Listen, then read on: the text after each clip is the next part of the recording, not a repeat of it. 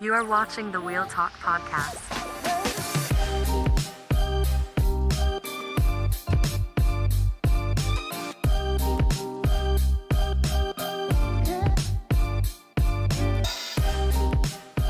Welcome to the Wheel Talk podcast, your all-access look into the Quad City Steamwheelers. My name is Megan Johnson. I am your host for this segment of the podcast that we are calling Locker Room Talk, the only locker room that I am allowed into. With me today, I have four-year vet offensive lineman Joe Krall and rookie new guy defensive back Cejai Parrish. Guys, welcome to the podcast. Glad to be here. Thank you. Yes. So let's get right into it this Friday, 4 days away, our home opener, first game.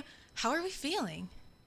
I mean, I'm feeling really excited. I mean, for the fourth year coming into the league, we got some returning vets on the team. Red, VC, Dunk, all those guys. We're all ready to get back after it. New guys like Cejai, guys around the league like Daquan Neal. You know, we got the pieces and we're ready to show out Friday what we got. Exactly. I'm excited, man. Just be around these guys and learn from them and take everything in with a grain of salt, and just pretty much just go out there and give the fans what they want to see. Now, this Friday, we are playing Green Bay. They were the #1 team in our conference last year. Does that add any pressure, or are you guys just ready for this? I mean, I'm ready for this. I mean, I'm still a little salty after our last playoff game. We lost them, late July, first round. So definitely I'm a little salty about it. But also, I'm also really excited because it's kind of a heat check for us to see where we're at as a team with the new pieces added to our squad. Yeah, we're going to be ready. That's all I'm going to say. We're going to be ready. And you guys just got done with training camp, or are you guys still in that right now? We literally just got done. Literally, I want to say Saturday was our last practice. Okay. So, and then from there, we just pretty much just been spending time with the new guys that's still on the roster and going from there. Tell me about training camp. What are you guys doing? What is that like? Well, this year was a little stressful for myself because previous years we were only in shells, so helmets, shoulder pads, cleats, of course.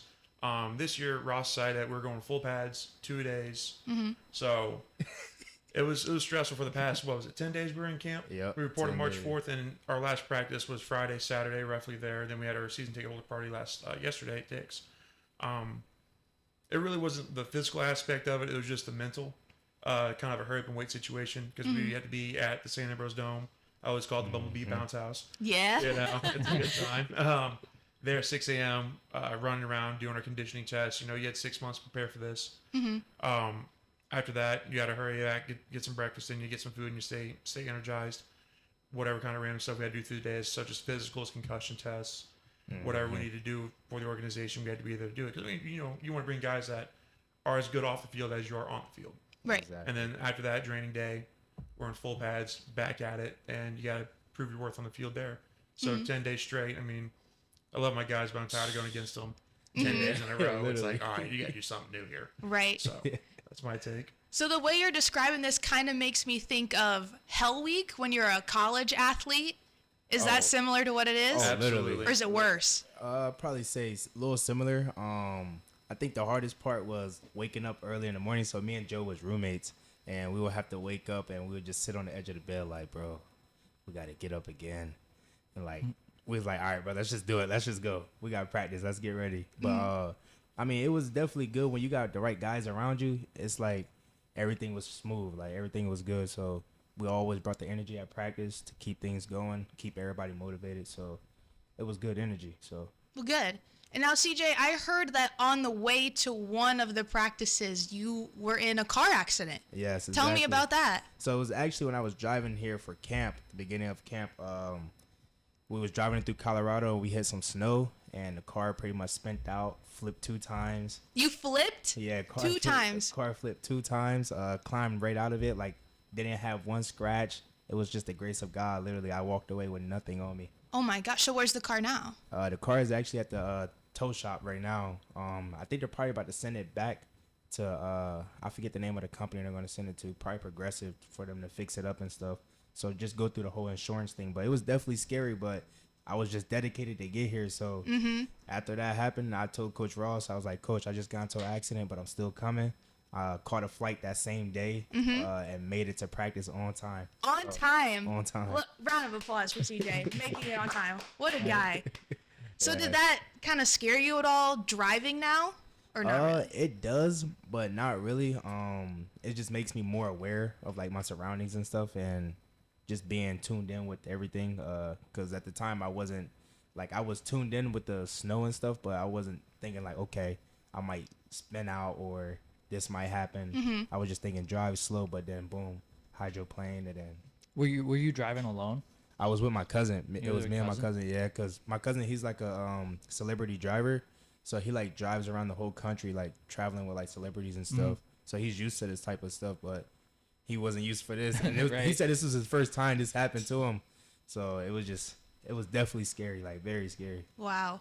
This extra voice is Dustin, by Yeah. the way. This is our producer. I'm Dustin. You Shout saw out. me. If you saw the last podcast, I was hosting that one, but I'm more just on the side here now. Yeah, he makes all the videos too and all the social media posts. He's very good at his job. Very Graphic good. designer. I enjoy it. What a It's guy. fun. All right, back to training camp. I'm really curious. I have a good question for both of you, and I'm excited to see how you guys answer from different perspectives. Joe being a vet and CJ being a new guy, a rookie. So when you are competing against your team, you're trying to get a spot. As a veteran, we'll start with you, Joe. Did you feel like, all right, I've been here for 4 years, 3 years, I got this? Or did you feel pressure like, oh, there's so much new talent, I have to prove that I belong here? Yeah, I mean, there's like, I mean, for me, this gets to go my 4th year. I kind of have like, oh yeah, this is my home. I enjoy it. I gotta play ball, but at the same time, this is a professional sport, and guys get cut all the time, and you have to show out and do the work. I didn't take this off season where I was just hanging out at home, just waiting for the next season to come around. You got to put in the work, lifting weights, training, making ends meet. Did a couple UFL tryouts, so trying to obviously get to the next level. And when the new guys come in, they're just as hungry as you. And then, it's kill or be killed atmosphere in training camp, really. For being a vet, I look out for the younger guys. Cejai, you need to ride all that kind of stuff to practice. I want to make sure, because at the end of the day, I'm hoping these guys are my teammates. I want to make sure they're well taken care of, the best that I can do for them. So kind of takes a leadership role, because I've been through the ringer many years underneath Coach Ross and company. So that's just how I feel about it. Kind of be like an older brother in a situation, but at the same time, it's like I got to get my own here. Because you don't want to be too tough on them, and then you get into camp and they're your teammate, and now they you hate each other, Right. or something. You want to be like good friends with them, but also like compete like between the whistles. It's all about that. Exactly. Because what my dad told me is that football is just like the mafia. It has a really crappy retirement to it. So if you know what that means. So I don't, actually. Can you explain? I've never been a part of the mafia. Get caught, get whacked. Best thing I can say is during cut day, it's kind of like when Joe Pesci off Goodfellas walks into the room, walks in that empty room, and you just know what's gonna happen, and boom, done. Boom, You're done out. for it. You're You're done. out. Gone. Right. All right, CJ, same with you. Are you feeling pressure going against vets? Did you feel like, I got the talent, I'm in? Yeah, I mean, I felt a little bit of pressure, but I just knew that just to focus on me and then focus on my game, and just pretty much do what I've been training to do my whole life.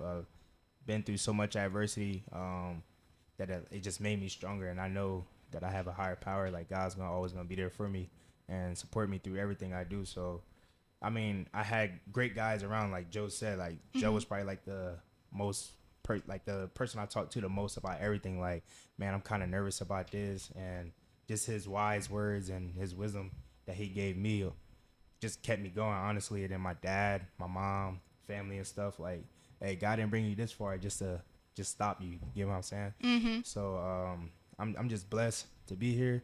And man, there was a lot of great talent that we had on the team. And yeah, it was just great love around. Everybody had great energy. Yeah. That's good to hear, coming from our team, that everything's been great. Yeah. Joe, are you a captain this year?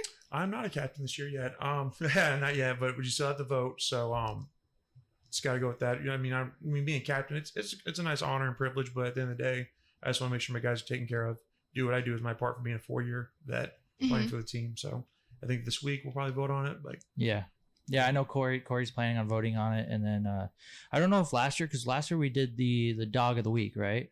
we did dog of the week, and then was we like nominated captains like after week 1. It was just, Yeah, it was like we had 3 captains, and then dog of the week. So dog of the week was like the practice player, like whoever had like the best practice or who had the best game last game, Okay. and they would get like a dog bone sticker on their helmet, and then they would be the captain for the next game. Yeah. Oh. It was basically after each game we have like basically grade sheets. We watch the game and coach watches everyone in each position group.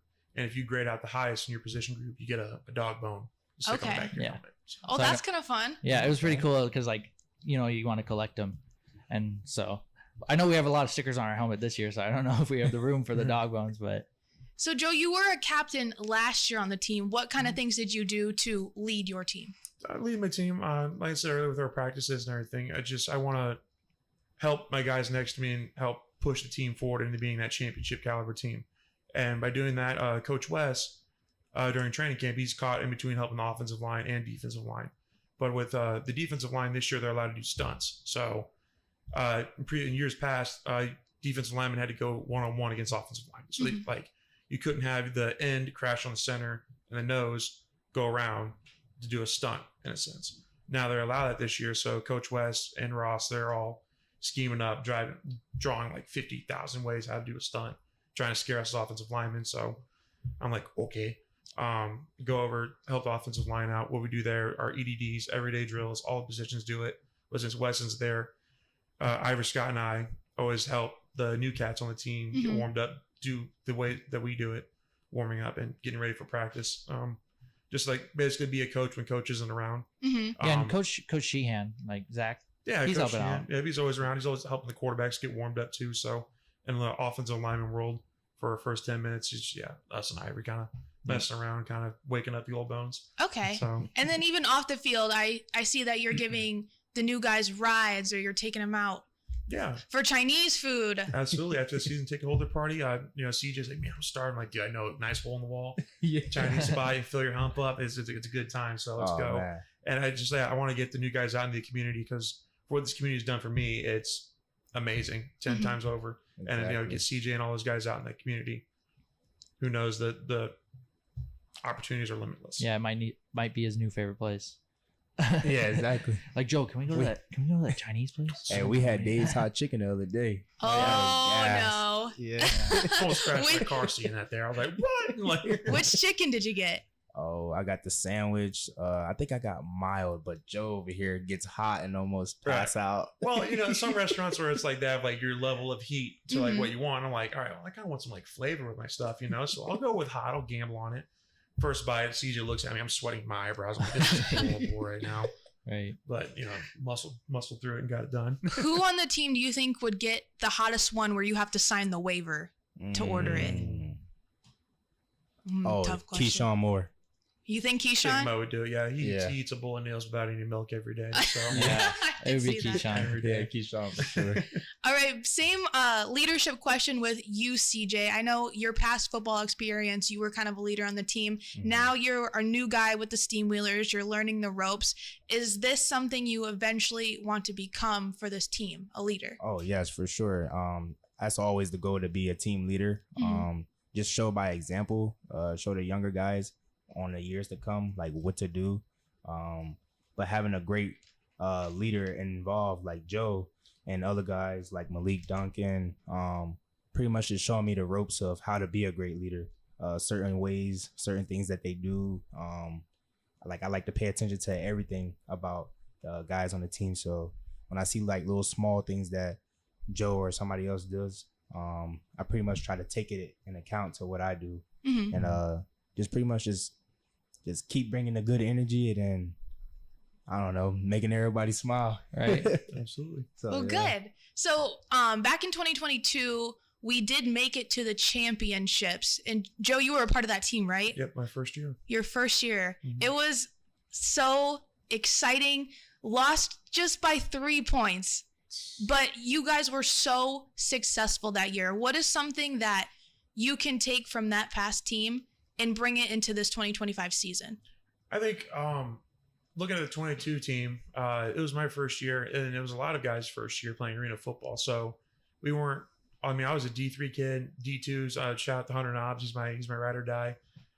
Miss that guy.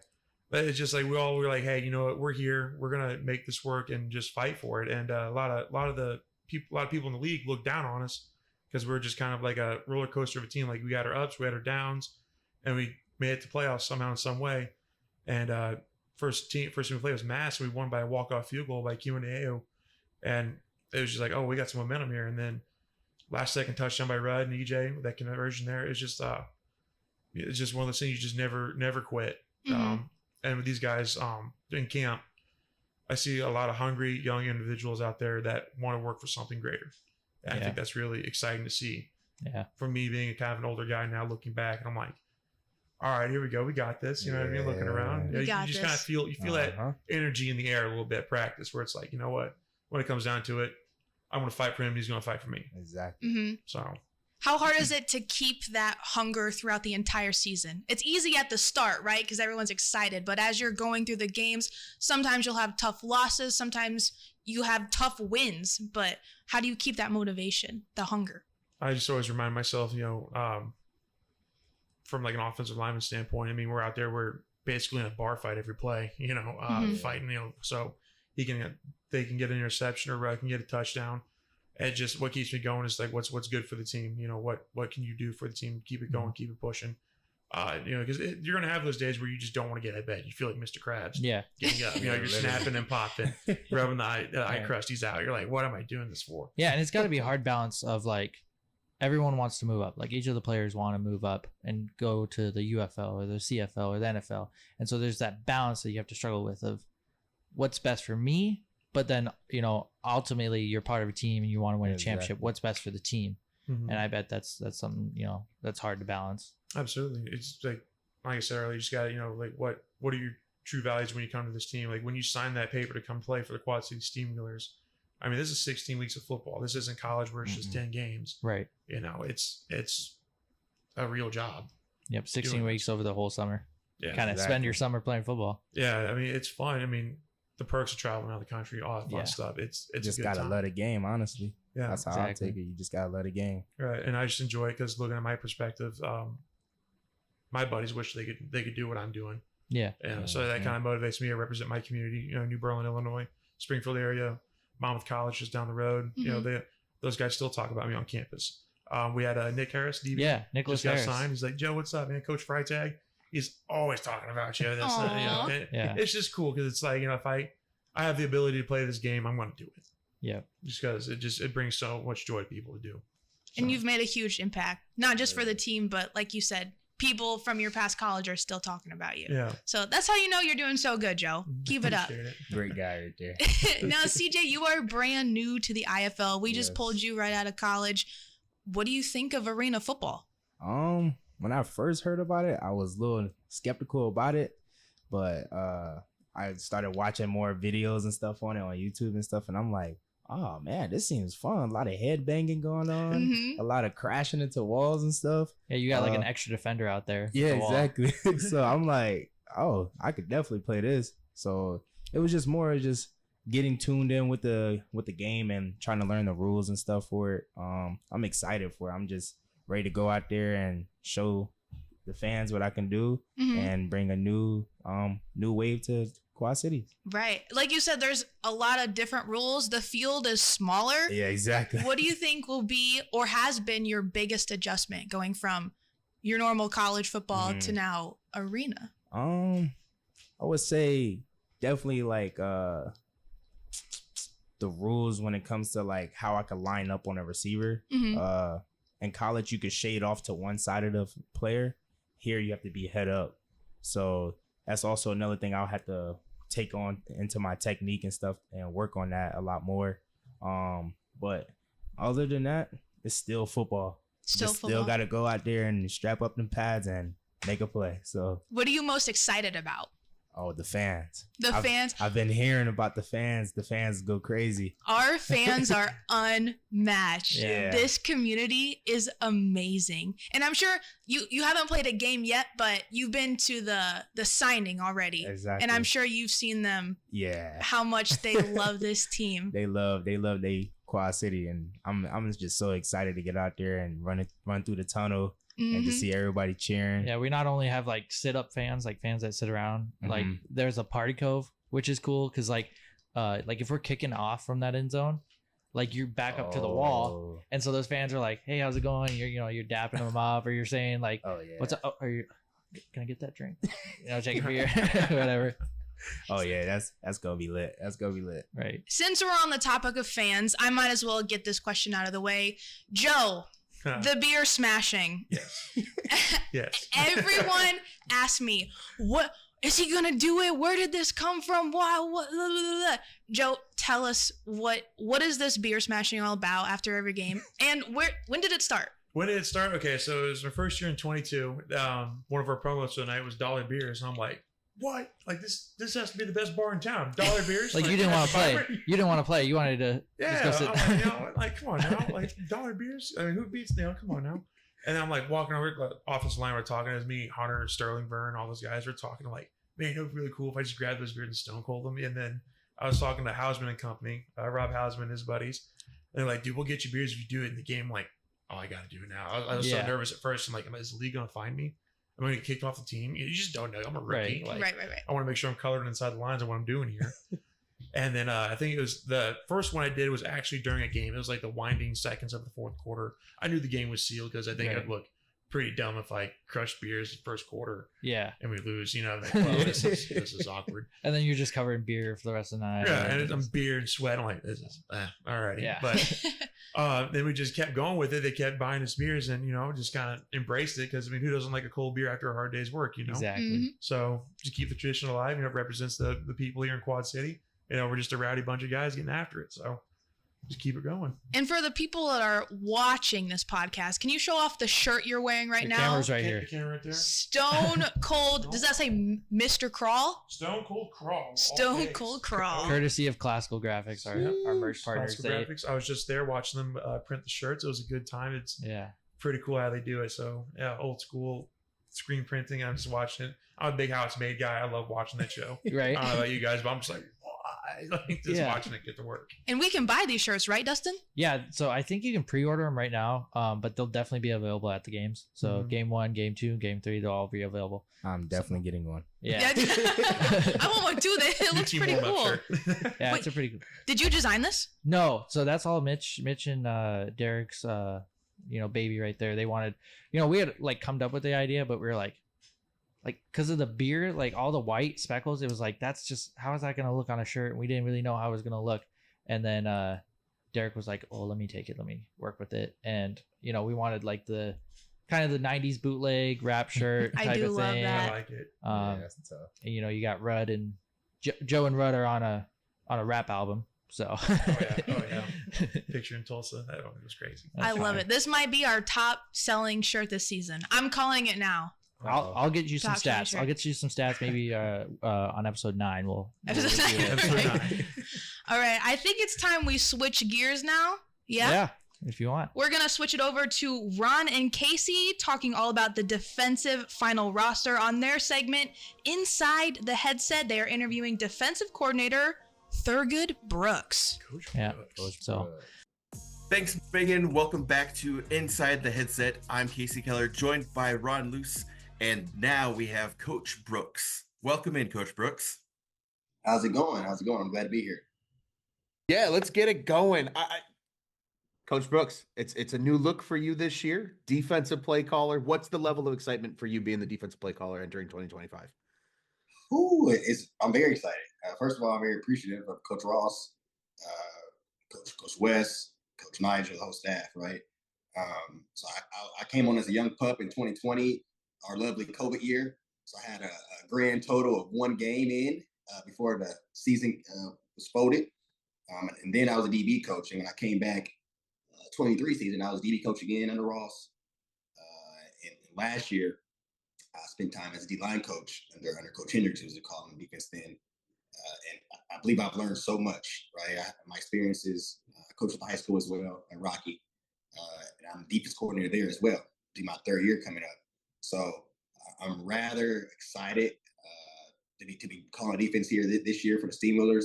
I think I've learned a lot, I think I'm ready to take Coach Ross's defense and how he's able to draw it up back from his infancy and bring my own flavor to it in addition to the rule changes.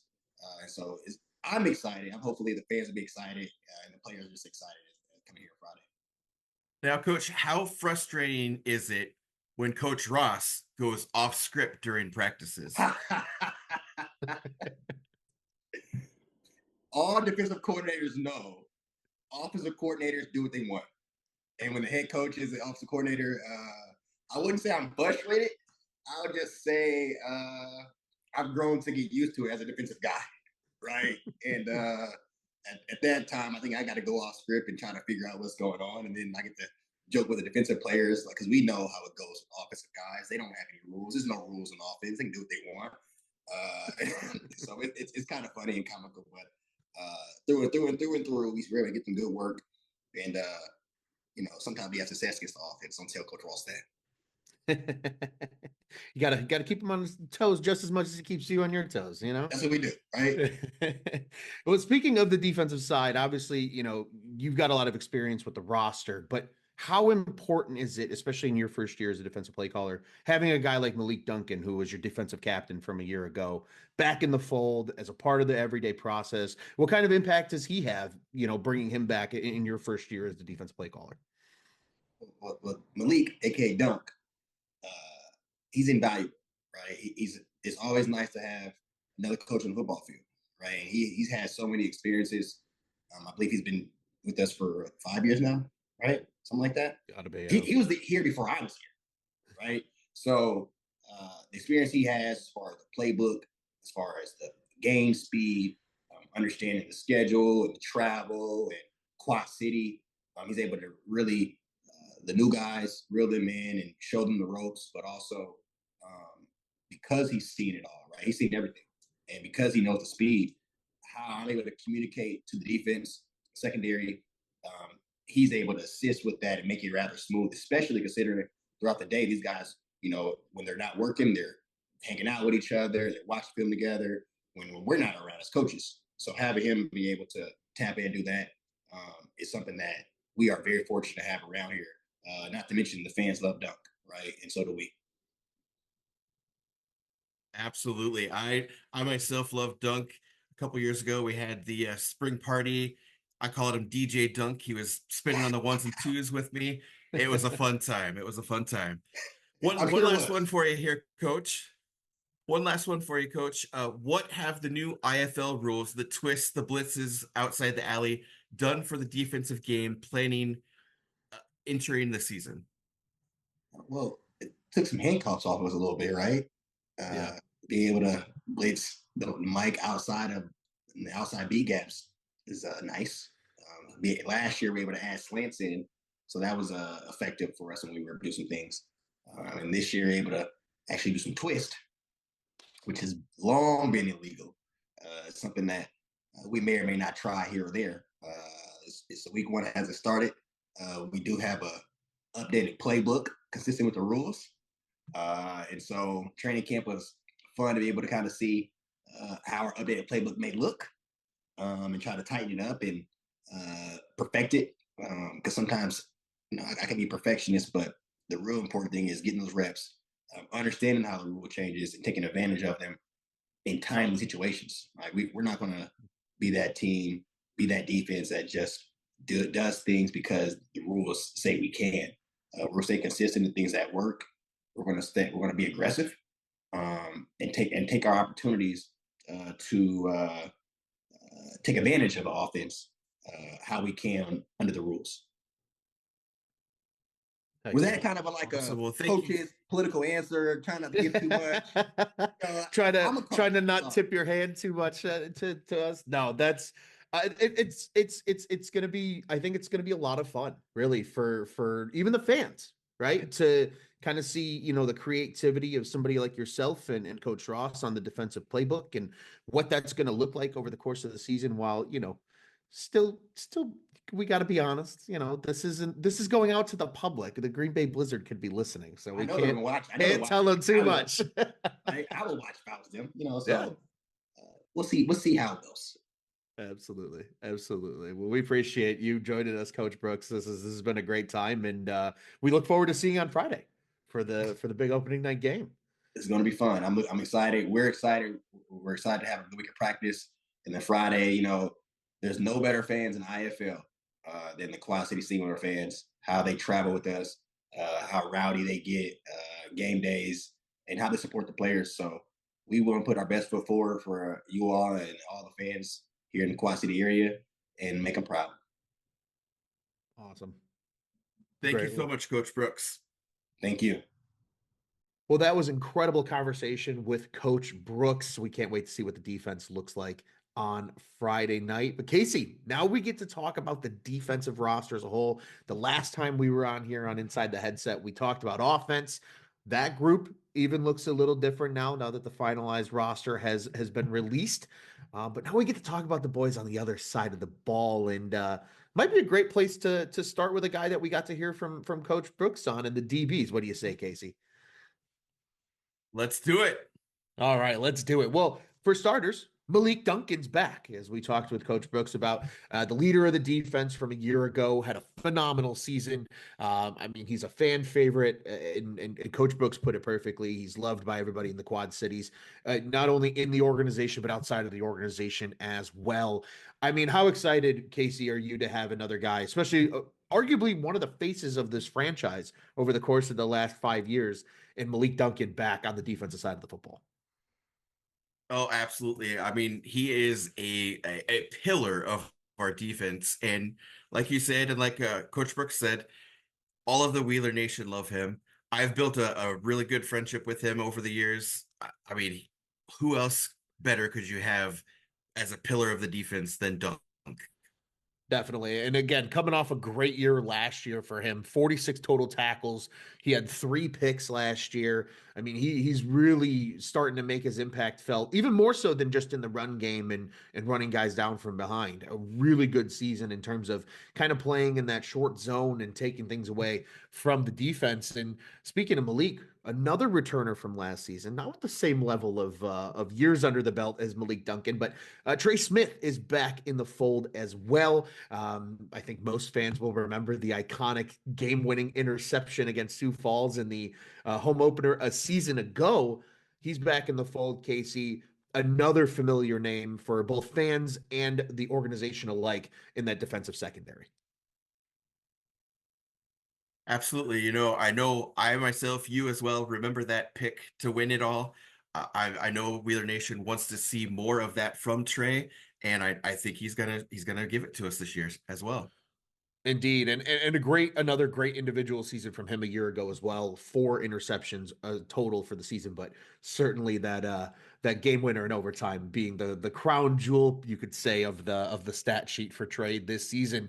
And as we move into the rest of this DB room now, Kasey, some new names that the Quad City faithful can look to get excited about over the course of the upcoming season. And the first name is a guy that people might be familiar with, especially if anybody attended those 2 Sioux Falls games a year ago. Cameron Harrell in the fold, had that pick 6 in the opener off of Judd Erickson.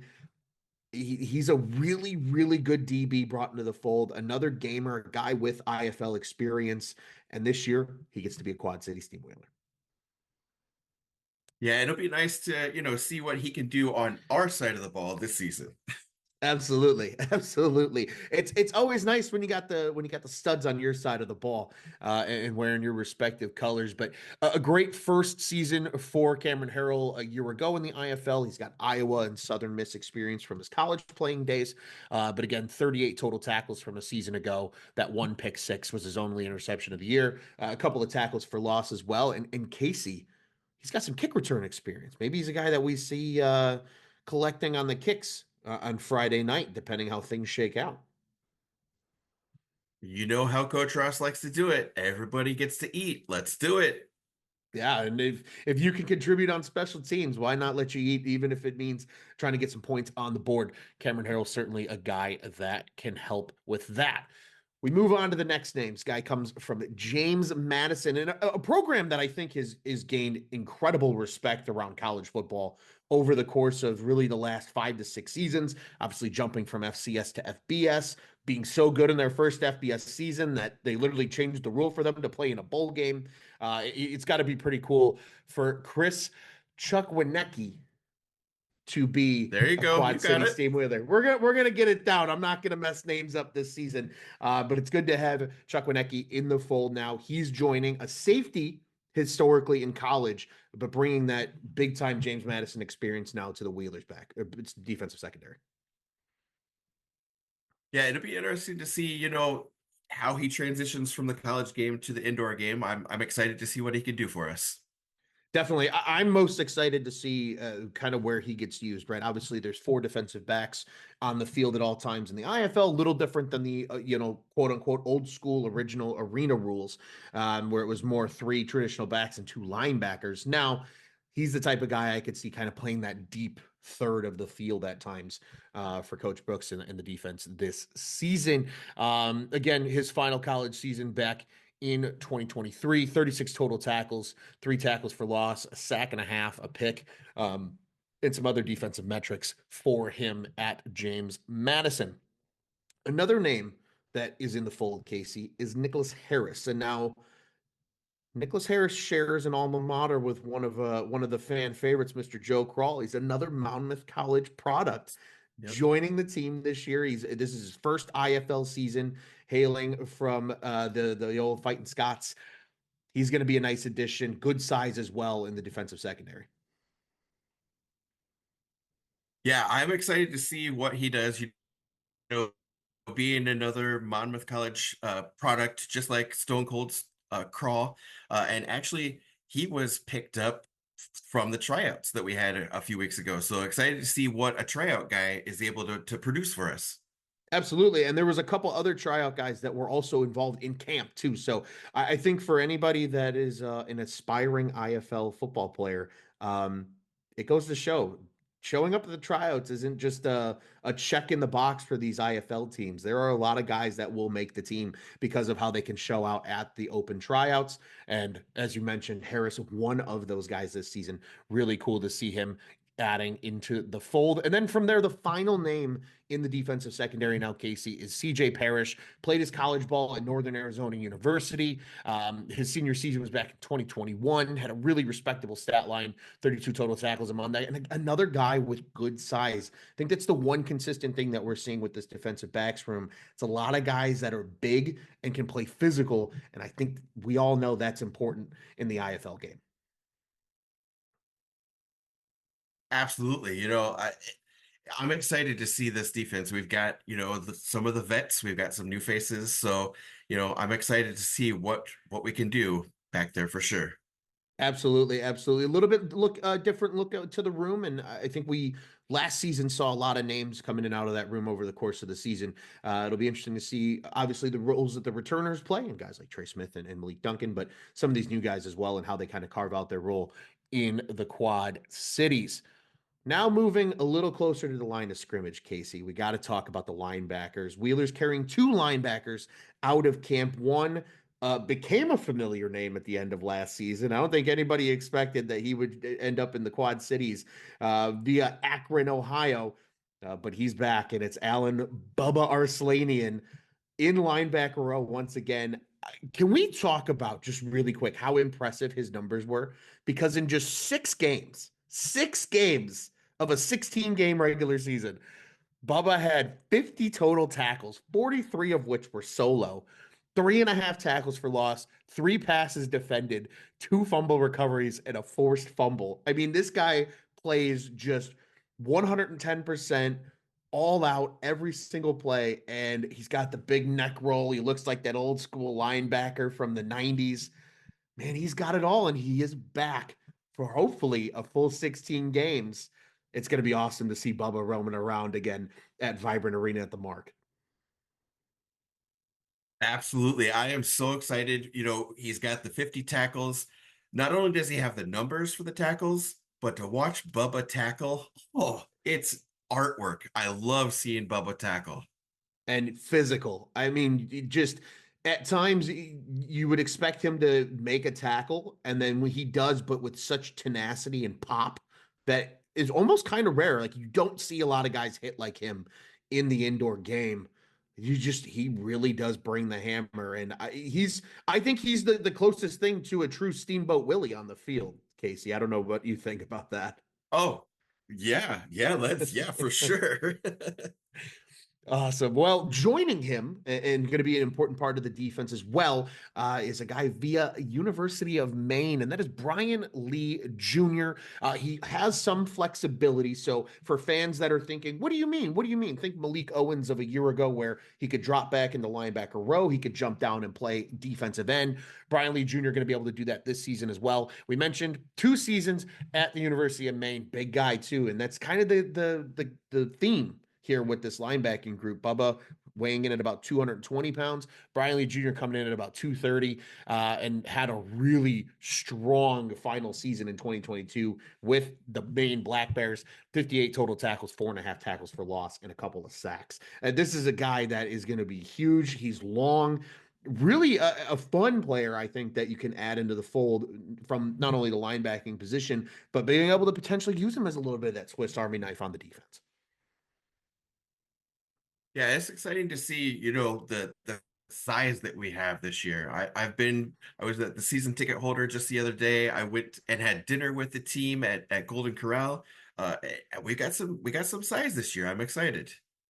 A lot of big boys, a lot of big boys. I gotta ask, what a good go-to at Golden Corral, Kasey? I love the bourbon chicken. Okay. Okay. That's a little inside scoop for all of our listeners at home because if you want to keep up, Kasey, with the big boys, you got to eat like the big boys. Now we get to talk about the big guys up front and the defensive line. We mentioned Brian Lee Oh Jr., yeah. a guy people are probably going to see into that mix at some point over the course of the regular season.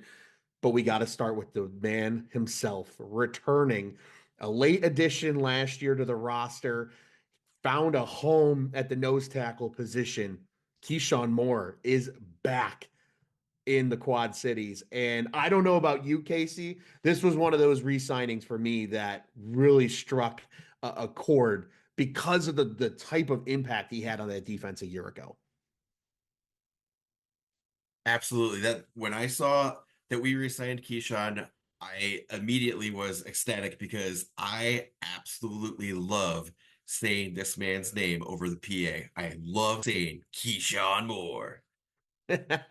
And he is just I'll tell you what, the comp that I had in talking to the great Redrick Terry over the course of the season for Keyshawn Moore was an Akeem Hicks of sorts in his days with the Chicago Bears.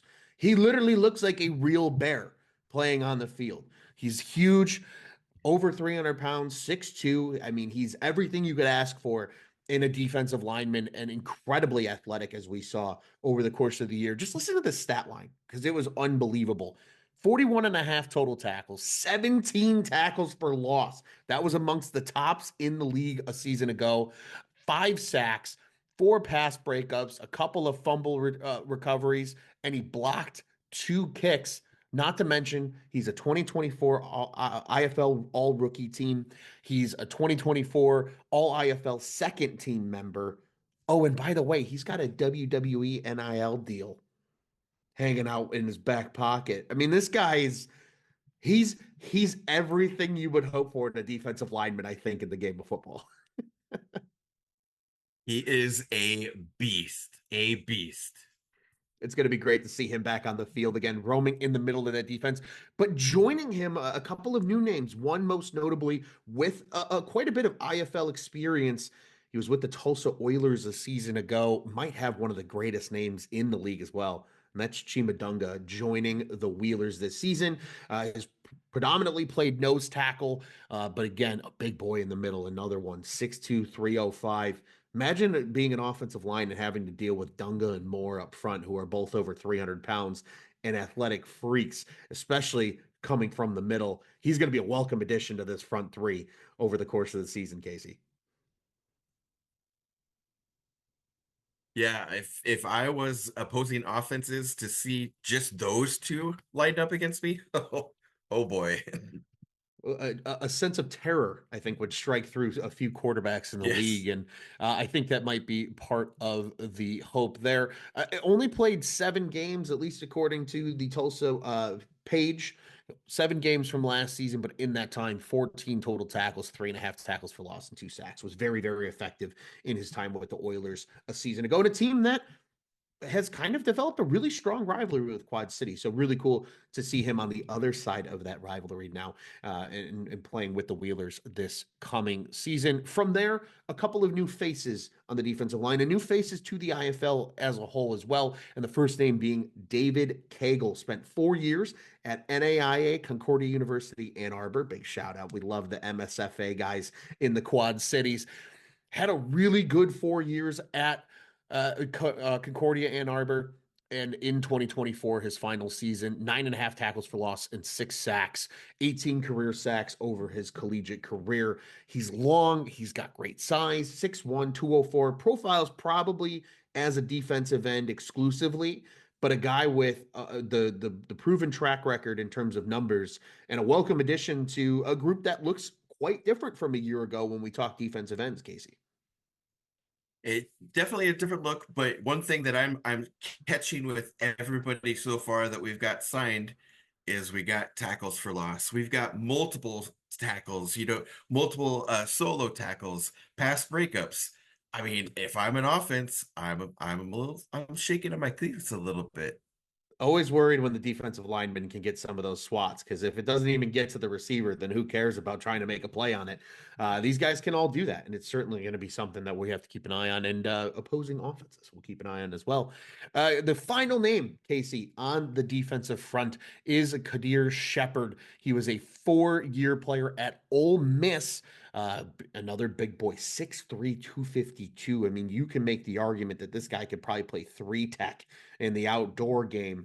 But he's going to come in, probably move around on the D line, I would imagine, given that size, given that length as well. You're talking about pass breakups. He's got it all to do that. And in his final collegiate season, 25 total tackles and a couple tackles for loss and a number of quarterback hits over the course of the season. So even though the sack numbers weren't there, he's still getting pressure and still getting to the quarterback and forcing errant plays.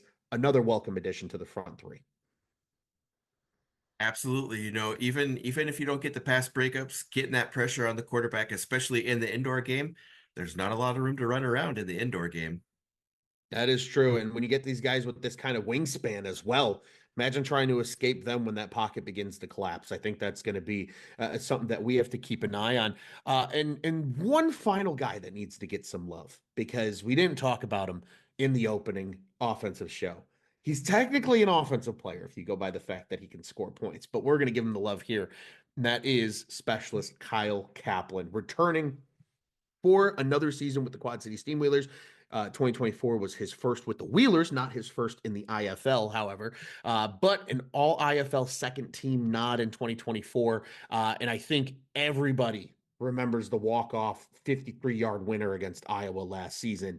And one of the greatest plays of the year in that montage of highlights for the 2024 Wheelers. He's back second on the team in scoring a year ago with 155 total points. 74 of 78 on extra points, and he was 27 of 47 on field goals. It's good to have Kyle Kaplan back there kicking field goals again, Kasey. Kicker's got to have some love too. It's great to have Kyle back. Having a kicker in the indoor game is crucial, and Kyle, he fit the bill last year, so I'm excited to see him return and see what he can do for us this season. Indeed, and you mentioned the importance of the kicker in the indoor game. You see a lot of teams over the course of a season will go through multiple kickers until they feel like they get it right. We saw Green Bay just do that a year ago, and then they finally landed on their guy who they've returned for this coming season. It's really nice when your front office doesn't have to worry about a kicking problem over the course of the year. And Kyle Kaplan is certainly the guy that will keep everything in line from a special teams standpoint. And Kasey, I mean, this is the time of the year now where we start getting excited because it's game week.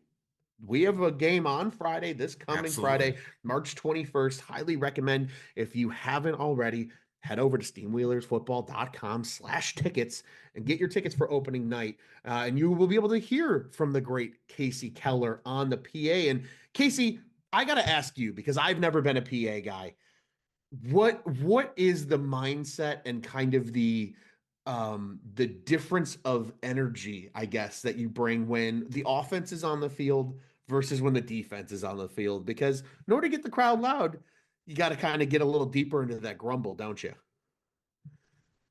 Oh, absolutely. When we got the offense out there, I'm still, getting the fans hyped and everything, but little on the down low. But once the defense comes out, that I have to ask Wheeler Nation to make some noise for the boys.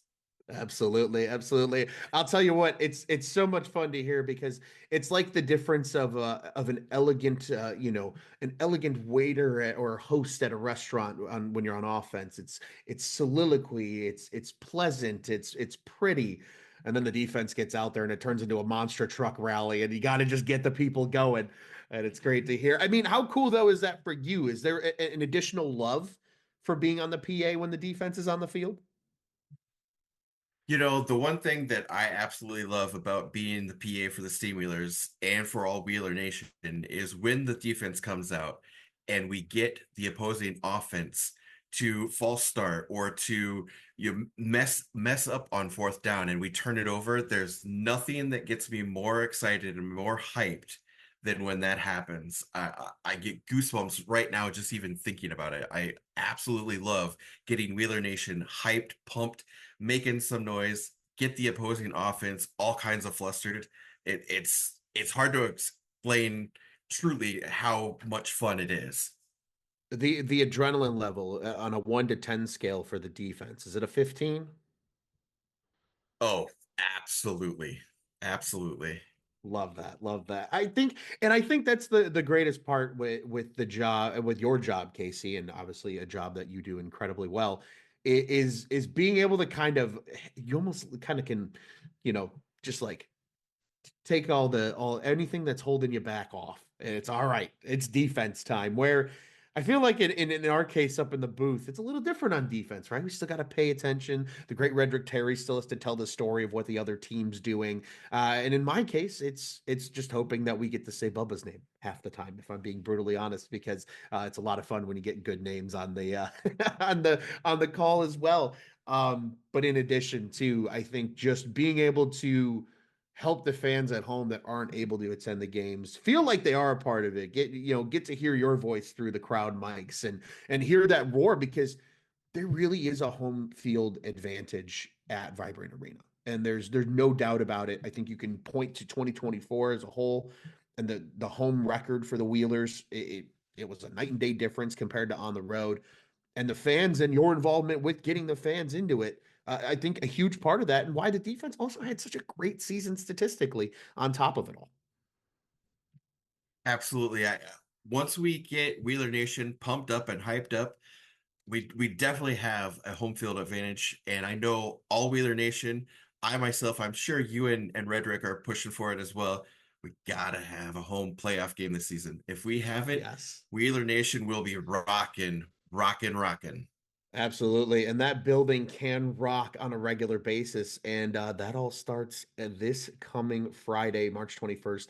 It's the Green Bay Blizzard paying a visit to your Quad City Steamwheelers. Casey, from you and myself on another episode and segment of Inside the Headset, what do you say? We'll send it back over to Megan in the Planet 93.9 studio.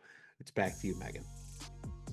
Awesome. Thank you, Ron and Casey, for that segment with Coach Brooks. It's fun to learn about all this stuff on the inside of the Quad City Steamwheelers.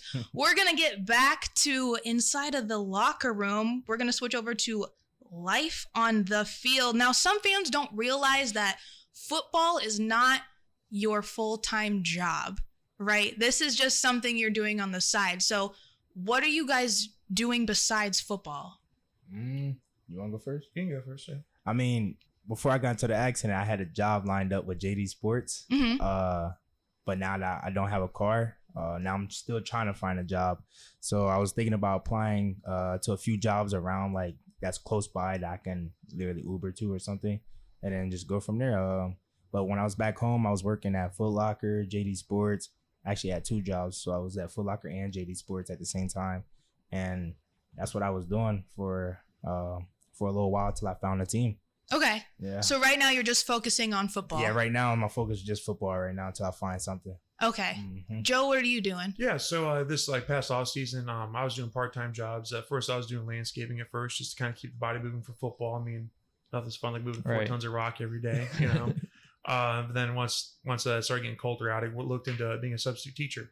Okay. So it was a pretty good time. Yeah, you did that last year, and how long? Did a little bit this spring semester starting out yeah. and then coming in, and it's a great time. I enjoy because I did everything from kindergarten all the way to seniors in high school. I mean, doing pre-K is oh my gosh. How's the experience from like doing the school visits help with how you handle that? It helps a lot. I mean, because for me being like an adult now, I'm just Right. a giant kid. Really, I feel like it is a great time. But going into the schools, it's you help those kids out, kind of like be who you need when you're younger in a sense. I think that's really sweet because Yeah. you see some kids that kind of get down on themselves. I'm like, dude, like it's a spelling test. You'll be okay. Like, Yeah. you know, You're gonna survive yeah, this, you're bro. gonna survive. Way bigger things out there to worry about. But yeah, just I did, and right now we just got done with training camp. Kind of took a little break from that because I mean, like we had practice in the morning, at night, everything in between. So I'm like, I can't work right now. Mm-hmm. Right now I'm getting the paperwork in to get it done and be a substitute at Moline High School hopefully in the next couple days. Pretty cool. Okay. Nice. Do you get to choose what grade you get? Do you like elementary? So like I like middle school because like pre-K they're fun, but it's just like herding cats. They just want to recess all day. Yep. And I'm just like, oh man, like here we go. And then I gotta collect like 20 of them. Like, no, don't go over there, you know, and all that stuff. High school, they're just kind of like, whatever. Yeah. I'm like, I all right, do what I like, want. Dude, I'm like, dude, this is my Friday too. Don't make me too a bad guy. But like middle school, like those they listen to you and they the classes I had, they're eager to learn. And then once they learn that I still play football, they're like, what? And they're just like, they hit me with a million questions. And it's just fun because I can kind of get to their level, but at the same time, be the superior to kind of make sure they do their work and, you know, go home safe, all that fun stuff. So, Okay. yeah. You're the cool sub. Oh, yeah. Everybody wants Mr. Krall. Oh, yeah. Rolling in PBS. That's all we're watching today, kids. Here we go. Yes. See the TV car come in, it's over with. Bill, Right. this science. So besides working and jobs, what kind of hobbies do you guys have outside of football? Like when you have a day off, what do you like to do? Play some Fort. That's Some Call of Duty. Fortnite? You're a gamer? Oh, yeah. This past week in training camp, Bubba Arsolani, Easton was with us. And CJ, we all got on Fortnite during training camp, just for like an hour or so to kill. And we just get on there and all of us are crashing on Right. Fortnite, getting second, losing our minds. Yeah. What was that game you were playing last year? You were talking about that just came out. There's a lot of games. It had like a storyline. I remember you were pretty excited, like you after the game or after practice, because we had morning practices last year. Yeah. And you'd be like, I'm gonna go get a couple hours in. Right, a game where you're on the planet. Oh yeah, the Helldivers. Helldivers, That's what it was, crazy. yeah. Oh, it's so fun just playing with like your friends. It's not really playing the game. It's just like being with your friends. So Yeah.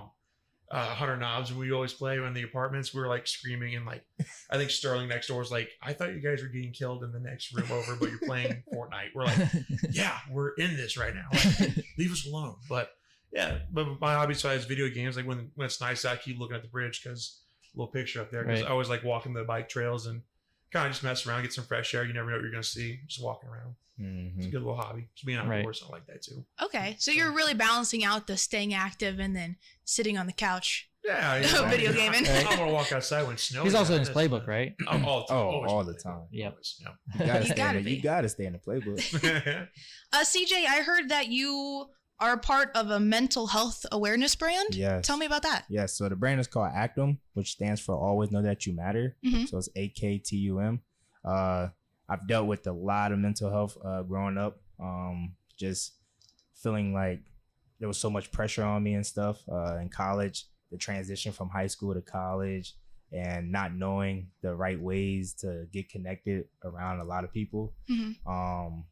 And that's the main reason why I started the brand. I've dealt with suicidal thoughts and stuff, and just being able to play football help keep me grounded, help keep me focused, and the things I wanted to really do in life. And then surrounding myself around great people has also helped with that.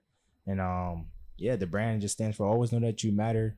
Doesn't matter what you go through in life, you matter to somebody, and somebody's looking up to you, and people actually care about you. So when you feel alone, don't feel alone because you're not alone. So so you could always, you could call CJ, you could call whoever you want, but I'm always here for anybody who always or who needs somebody to talk to. And yeah. Did you say this was something you made or something you joined? Something I made. So I Okay. made this brand probably about 3 years ago, but I just started taking off with it. Like I started selling some shirts and pretty much just been trying to get it out there more. I've been making like small videos and stuff on Instagram. Okay. What's the Instagram handle? That's called Actum, AKTUM. Okay. Yep. And you could find it on Instagram. I'm working on right now. I'm putting it up on Twitter and stuff, and working on TikTok also. But yeah, a lot of people deal with mental health, but not a lot of people want to open up about it. And hopefully the brand is something where they can open up more and tell their story. Is this something for everybody, or do you try to target like teenagers or adults? Honestly, it's something for everybody. But when I first started, it was for teenagers, like going into like adulthood, ones that's learning to be an adult. Because I feel like that's where it kind of gets hard for some kids. Just learning how to be on their own and not having their parents around. And yeah. And now you have this like whole platform, like, you know, obviously you were at NAU and like that's a platform, you know, you're representing college, but now you're at a platform where you're representing, you know, 4+, 6+, some people would say 10+ communities. Exactly. That is the Quad Cities. And now you're in front of kids that, you know, you're a professional football player. Yeah. So that's something like they look up to. Like this is a lot of kids is NFL. Like they think they're going to NFL games, honestly. A lot of them probably think they're going to NFL games. Yeah. So that's pretty cool to have that, like, you know, on the other side, they can also learn who you are and what you stand for and have that.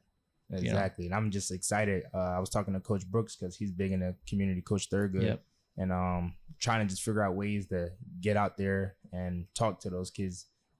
So because not a lot of kids want to talk to their teachers, or they don't want to talk to their mom and dads. So just being that big brother for them, or just being that role model for them, is something I would love to do, and then just spread positivity in their life. So. Similar to how like, you know, Joe was talking about like when fresh or like rookies come in, you know, having that role model, it's something nice to have. That's not a coach or not a staff member. It's someone you know that you can talk relate to every day. Yep. Exactly. So, and being like Dustin said, you're the football player. Kids are looking up to you. You play football, like, oh, I like sports too. And to hear that someone so successful has struggled with mental health, they're like, wow, this dude I can look up to. He's an inspiration, and he's going through stuff that I'm going through. Exactly. Wow, that's beautiful, man. You know, and showcasing that you have that escapism, like that place to go to, which is the football field, and that people need to find that thing that helps them. Yep. As soon as I cross those lines, it's like everything else just goes away. So football is like what keeps me balanced, honestly. And literally throughout school, throughout everything, I was like, all right, if I get good grades, then I could play football. So it's always that little part right there. But yeah, I'm excited for this brand. I'm just blessed to be able to just inspire other people to know that they matter and just be there for them. Yeah, we're excited to give you a platform to kind of take off with it. Yes, follow his Instagram at AKTUM. Yep. There you go. Acting. Yep. All right, we're gonna flip gears once again. I have a challenge for you guys.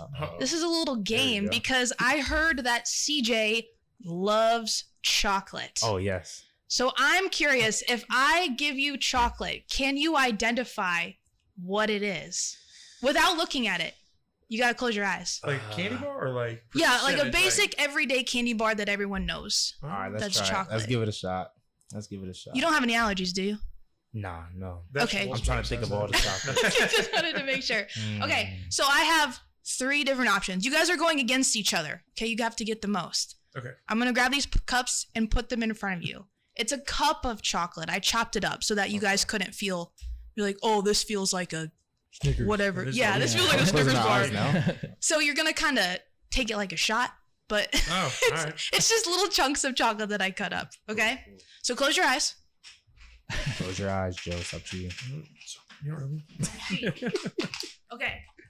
This is cup number 1. Uh-oh. Joe? Oh. Don't eat it yet. Okay. Okay. When I say go, you're going to put it in your mouth, swish it around, and tell us what you're tasting. Is it rich? Is it creamy? Is it nutty? What okay, ready, set, go. Right. Just Mike. That's Hershey. No, it's Hershey. No chocolate. No. Are you sure? Positive. Joe's double dipping. Just a Absolutely. little bit. That's all in there. That has to be Hershey. Final answers? Final. Hershey. You guys are both right. It is Hershey. Mm-hmm. Okay, you can set that cup down. I got number 2. CJ knows his chocolate. Yep. Chocolate. All right, CJ. Let's see. Joe? All right, go ahead.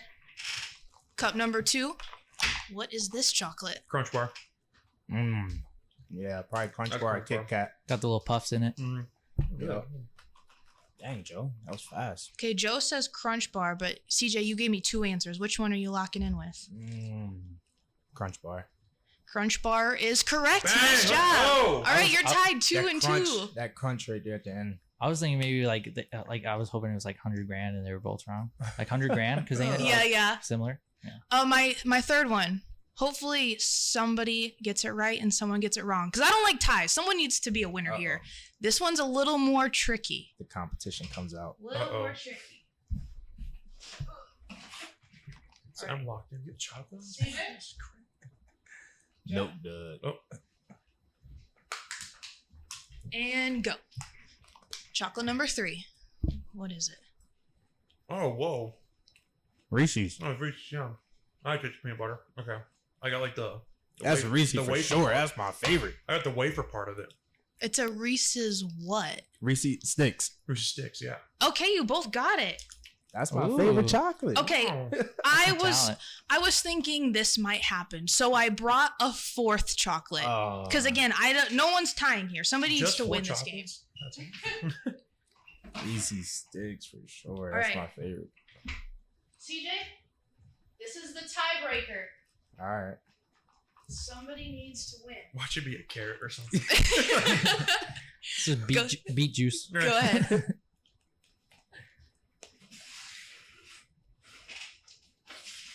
What they're thinking. Yeah, this one I was like, it's something hard. I know what this is. It comes in a gold wrapper.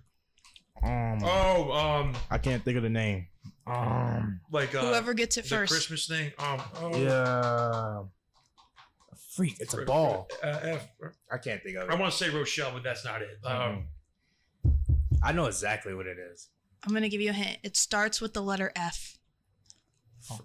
Well, there goes my guess. What was your guess? You're not even eating it. I was thinking I'm gonna say Lindor. French Rochelle. It's like a little like fancy like name. You know what I mean? Yeah, I Like, can't think of the name, always get it but from I know Christmas. exactly what it is. Got like the little peanuts around there on the top. Yeah. No. Starts with an F. All right, Megan, you're stressing them out. I'm okay. You can open your eyes. This is what you're eating. It's the Ferrero Rochelle. Rocher. Yeah. All right. You were close with the name, Yeah. Joe. You were like, Rochelle? Rochelle. That was Started with close. R, yeah. All right. Well, you both kind of got it, but you didn't get it. So I'm just going to say this game sucked. So. I liked it. We got chocolate. All right. Well, Chocolate samples. to end the podcast, to wrap it all up, I want to get a final wow from both of you. WOW, words of wisdom. What can you share with the audience? If you ever see anyone that's down, be who you when you were younger. When we were talking about this podcast, CJ with his mental health brand he has, and for me being a substitute teacher and a leader on the team, you see guys that are kind of down. Yeah. So in the community, just be that older brother, or older sister out there to cheer someone up. Because you never know what big waves you can make with somebody. Could be a little ripple, could be a huge wave. Yeah. So Exactly. And I would say just always know that you matter, honestly. No matter what you're going through, hey, just look at it. Somebody else is going through something way worse than you, but just take it, and whatever happens, but let God handle it, and just know that you matter. So CJ, Joe, Dustin, thank you so much. This has been a really fun time. I hope you guys had some fun. Wheeler Nation, whether you are a longtime fan or new to the Quad City family, this is the place to connect with your team, the Quad City Steamwheelers. I'm Megan Johnson. Thank you for listening to the Wheel Talk podcast. We will see you next time for episode 3. Yep, and this is dropping Tuesday, so go get your tickets. We have a game coming this Friday, March 21st. Get your tickets at steamwheelersfootball.com/tickets, and there will be a sale going all of Tuesday, $17 tickets in the whole arena. everywhere except the front row. Let's go. $17 tickets all across the board. So Wait, what's the front row? That's the one I want. $45. Okay. But there's like 2 left. 2 left? Yeah. Okay. You guys ready for the fan section? Yeah. This is going to be great. So Friday's gonna be fun, right? Pack the wheelhouse, baby. Pack Let's the wheelhouse. go. Pack the wheelhouse. All right. We'll see you guys next time for episode 3. Bye.